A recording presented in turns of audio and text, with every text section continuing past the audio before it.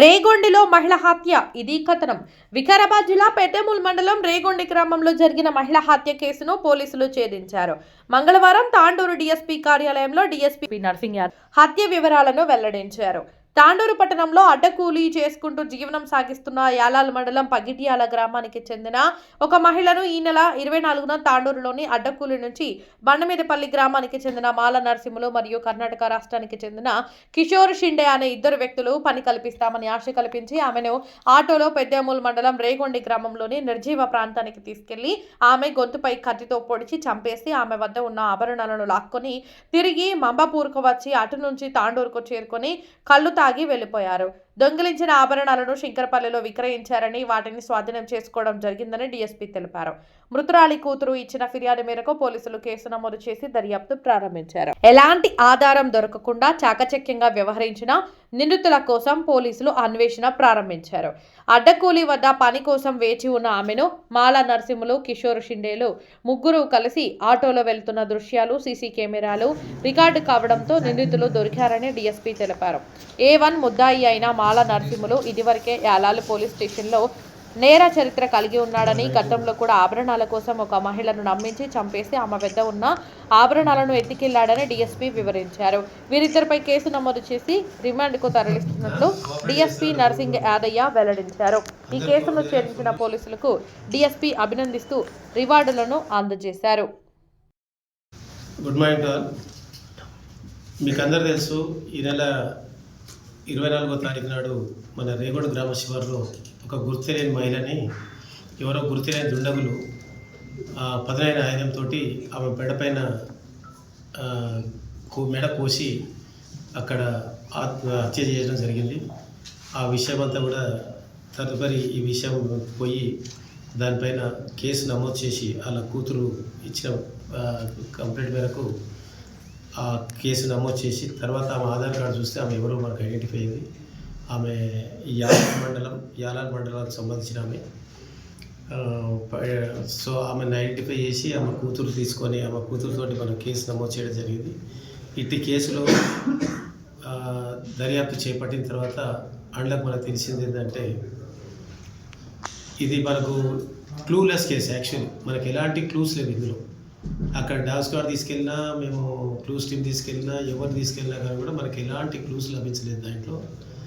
Because of మనకు clues ఇచ్చిందల్లా మన technology ఒకటే, సీసీ కెమెరా ద్వారానే మేము మ్యాక్సిమం దాన్ని ట్రై చేయడం జరిగింది.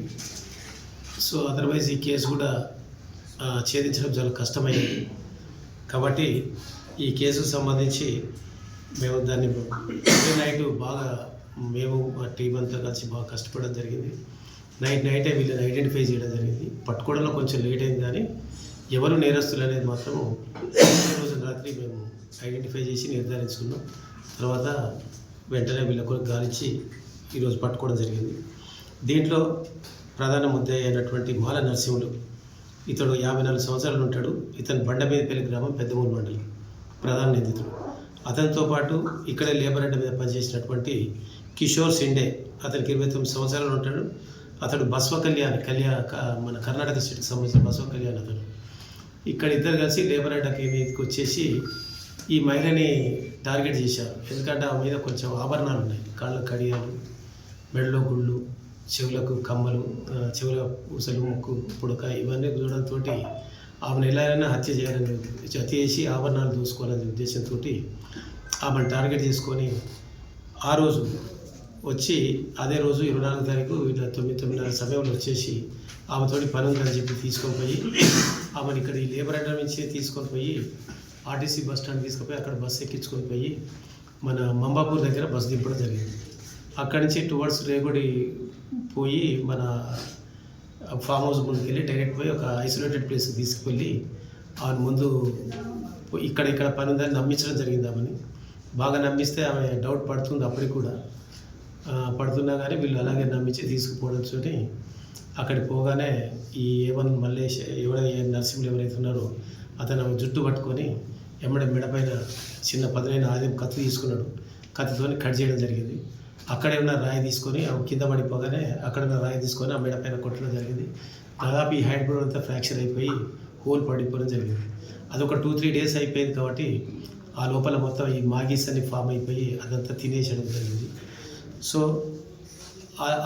ఈ తర్వాత ఈ షిండే ఇద్దరు కలిసి ఆమె కాలు పట్టుకొని ఆ కాళ్ళ కడియాలు ఆమె ఆభరణాలు తీసుకొని పోయి మళ్ళీ యథాస్థితిగా వాళ్ళు నడుచుకుంటూ వచ్చేసి మంబాపూర్కి వచ్చి ఆటో ఎక్కి తాండూరుకి వచ్చి కళ్ళు తాగి ఇద్దరు డిస్పర్స్ కావడం జరిగింది. సో దీనిపైన మాకు దాదాపు క్లూస్ ఇచ్చింది ఏంటంటే సీసీ కెమెరాలే.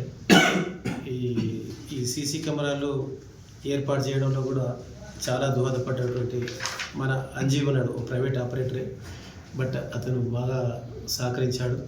దాంతోపాటు ఈ టీంలో బాగా కష్టపడ్డటువంటి మన ప్రవీణ్ కుమార్, తాండూరు రూరల్ సిఐ గారు, ఎస్ఐ పెద్దమూల్ శంకర్, అదేవిధంగా హెచ్సి దస్తప్ప, పెద్దమూలుకు సంబంధించిన దస్తప్ప, తర్వాత మున్నయ్య యాలాలు, తర్వాత ప్రతాప్ కరణ్కోటు, కృష్ణారెడ్డి కరణ్కోటు, నరేష్ కరణ్కోటు, అశోక్ కరణ్కోటు, అంజద్ తాండూరు, శివ తాండూరు, ఈ మన ప్రైవేట్ అంజీ, వీళ్ళందరూ కూడా ఈ కేసును ఆ నైటే ఛేదించేటట్టు ప్రయత్నం పట్టుకోవడానికి ట్రై చేసినాము. కాకపోతే ఆ రోజు దొరకలేదు కాబట్టి కొంచెం ఒక 2-3 డేస్ డిలే అయినా కానీ కూడా కేసును ఛేదించేందుకు మా టీంకి అందరికీ కూడా అప్రిషియేషన్ చేసి ఈ విషయంలో ఎస్పీ మేడం నుంచి కూడా ఒక రివార్డు ప్రపోజ్ చేసి పంపడం జరుగుతుంది. సో ఈ విషయానికి మా టీంకి అందరికీ కూడా ధన్యవాదాలు చెప్తున్నాను.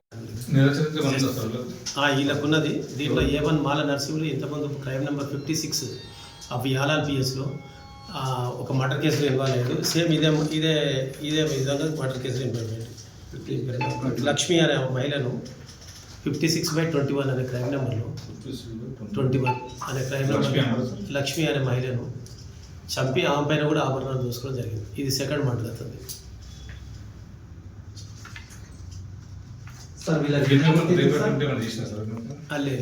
ఓన్లీ ఆభరణాలు కొరకు వాళ్ళు జస్ట్ మనకు వచ్చిందంటే 10:23కి మన క్రికెటర్ ఫామ్ హౌస్ ఉంది కదా, ఫామ్ హౌస్ 11:23కి మళ్ళీ ఎలాంటి బ్యాక్ వచ్చేసారు. సో అది పోవడానికి కూడా ఇంకో 15-20 నిమిషాలు పడుతుంది, మళ్ళీ రావడానికి కూడా 15 నిమిషాలు. జస్ట్ మ్యాటర్ ఆఫ్ 15-20 మినిట్స్లో మ్యాటర్ కంప్లీట్ చేసుకుని వచ్చేసి